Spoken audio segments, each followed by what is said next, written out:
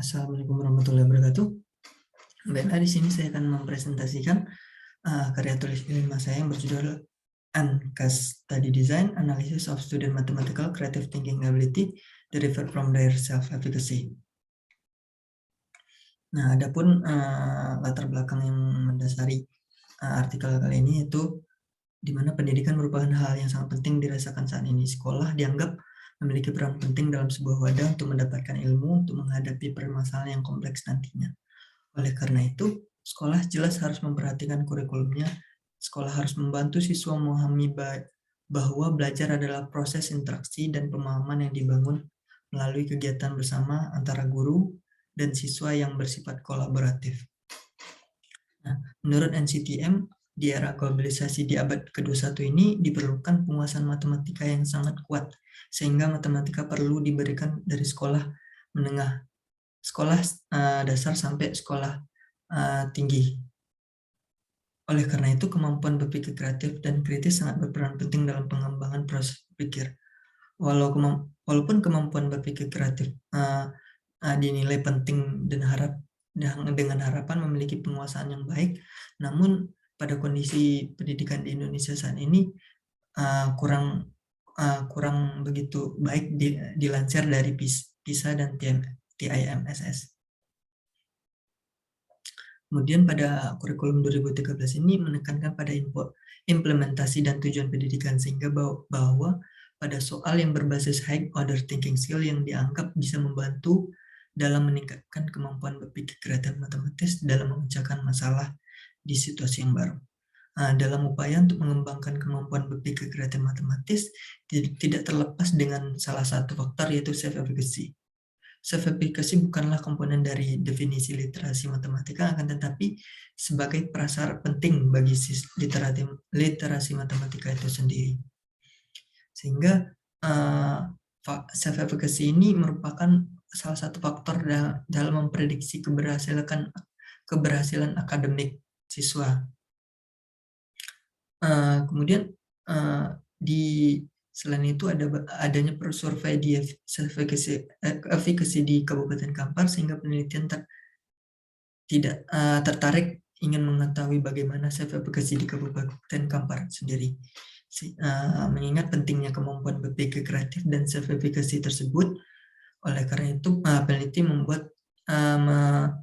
melakukan sebuah penelitian yang berjudul desain studi kasus bagaimana kemampuan berpikir kreatif matematis berdasarkan tingkat self-efficacy, yang bertujuan untuk menggambarkan bagaimana kemampuan berpikir kreatif jika dilihat dari tingkat self-efficacy di suatu sekolah. Kemudian research method.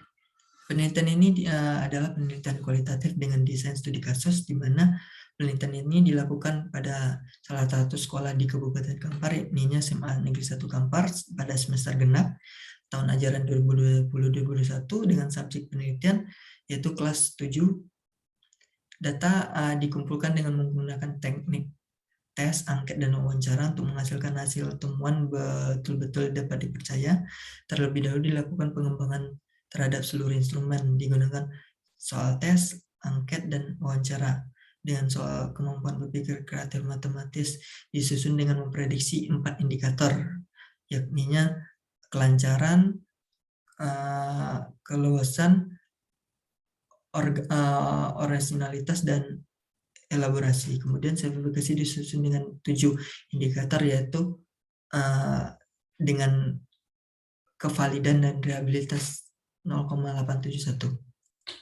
Kemudian teknik analisis data yang digunakan pada penelitian ini adalah menggunakan teknik 3 tahapan dari Mills dan Huberman, yaitu reduksi data, tahapan penyajian data, dan tahapan penarikan kesimpulan. Adapun hasil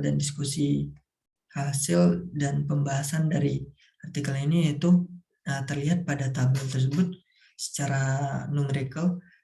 Terdapat siswa memiliki penguasaan yang kurang terhadap kemampuan berpikir kreatif matematis. Hal ini ditunjukkan dengan rata-rata keseluruhan yang hanya sebesar 1,88 dari nilai maksimal, yaitu 4. dengan persentase 45,09% pada kemampuan tersebut.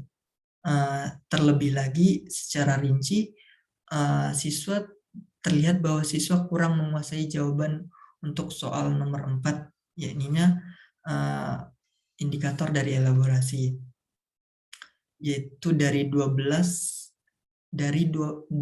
orang dari 20 siswa memperoleh nilai 0, yang berarti siswa sangat kurang dalam menambahkan atau merincikan detail-detail dari suatu gagasan, objek, atau situasi. Sementara itu, siswa cenderung menjawab soal nomor 1, yakninya kelancaran. Dari 20 siswa, 10 siswa mendapat nilai 4 dengan nilai maksimal 4 tersebut. Yaitunya siswa mampu memikirkan lebih dari satu jawaban.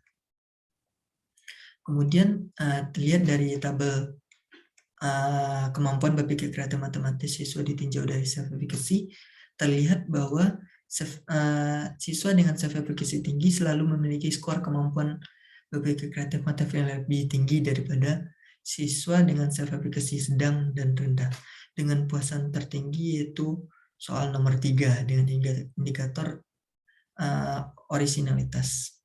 Kemudian yang terendah yaitu soal nomor 4 dengan indikator elaborasi. Hal ini sejalan dengan siswa dengan self-efficacy sedang, namun tidak halnya juga siswa dengan self-efficacy rendah. Mereka cenderung lebih menguasai soal nomor 1, yakni indikator kelancaran, yaitu memberikan lebih dari satu jawaban. Kemudian kita dilihat dari tabel kualitatif secara keseluruhan, yakninya soal yang mengetahui tingkat kemampuan berpikir kreatif matematis menghasilkan jawaban dengan penyelesaian berakar. Sesuai dari kemampuan berpikir kreatif matematis yang menuntut siswa untuk memberi cara atau langkah yang beragam dan bahkan jawabannya sangat bervariasi dari siswa tersebut. Keberagaman cara dan jawaban matematis tersebut tidak terlepas dari faktor pemahaman siswa terhadap materi bangun datar segi 4. Dari hasil analisis data yang telah penelitian lakukan, peneliti menyadari bahwa subjek penelitian sedang berada pada tingkatan yang berbeda-beda dalam menyelesaikan soal bangun datar. Nah, mayoritas subjek penelitian memiliki kemampuan fluensi atau kelancaran, tetapi tidak pada elaborasi, yaitu merincikan detail-detail. Temuan penelitian ini menunjukkan secara keseluruhan rata-rata kemampuan berpikir kreatif matematis siswa, yaitu komponen terendah pada elaborasi dan komponen yang paling tinggi yaitu fluensi. Kemudian kita lihat pada tingkatan level self-efficacy-nya, di mana salah satu self-efficacy yang tinggi cenderung mempengaruhi kemampuan berpikir kreatif matematif yang dimiliki oleh siswa, di mana self-efficacy yang tinggi memiliki kemampuan berpikir kreatif matematik yang cenderung tinggi juga. Dari hal tersebut menunjukkan bahwa self-efficacy tinggi memiliki kemampuan berpikir lebih tinggi dibanding self-efficacy yang sedang dan rendah. Dari penjelasan tersebut, maka kita dapat simpulkan bahwa siswa mampu mencapai aspek fluensi atau kelancaran, yaitu mampu memikirkan lebih dari satu jawaban. Akan tetapi siswa belum sampai pada aspek elaborasi, di mana hampir semua siswa, hampir setengah dari siswa belum bisa menjawab terkait merincikan atau jawaban secara lengkap. Kemudian jika dilihat dari tingkat self-efficacy-nya, terlihat sejalan dengan penelitian dari peneliti sebelumnya.